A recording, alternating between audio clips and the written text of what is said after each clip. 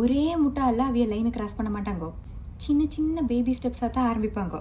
முதல்ல கொஞ்சம் லேட்டாக வருவாங்கோ. சில விஷயத்துலலாம் உங்களை இன்க்ளூட் பண்ண மாட்டாங்கோ. நீங்கள் வேண்டவே வேண்டான்னு கிளியராக சொன்ன விஷயத்தெல்லாம் இப்போ கொஞ்சம் கொஞ்சமாக உங்ககிட்ட கதையாக சொல்லுவாங்கோ. பெருசாலாம் ஒன்றும் இருக்காது.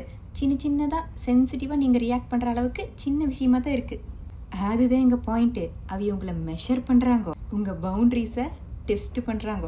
நீங்கள் எவ்வளோ அடிச்சாதான் தாங்குவீங்க அப்படின்னு உங்கள் டாலரன்ஸை டெஸ்ட் பண்ணுறாங்க. நீங்கள் அலோவ் பண்ணுற ஒரு சின்ன டிஸ்ரெஸ்பெக்டோ நீங்கள் அவங்களுக்கு கொடுக்குற பெர்மிஷனு, அப்புறம் நெக்ஸ்ட் ஒன்க்கான பெர்மிஷனு, அதுக்கும் அடுத்ததுக்கான பெர்மிஷனு, இப்படின்னு போயிட்டே இருக்குது.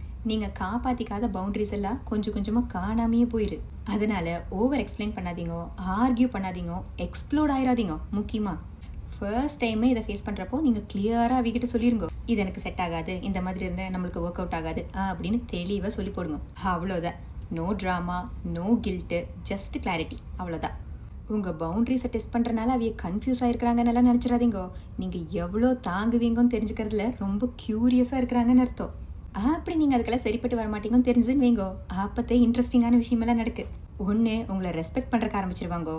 இல்லைன்னா நீங்கள் இழுப்புக்கெல்லாம் வரமாட்டீங்கன்னு தெரிஞ்சுட்டா வாக் அவே பண்ணிடுவாங்க. இந்த ரெண்டில் எது நடந்தாலே உங்கள் பீஸ் பாதுகாக்கப்படும். இல்லை?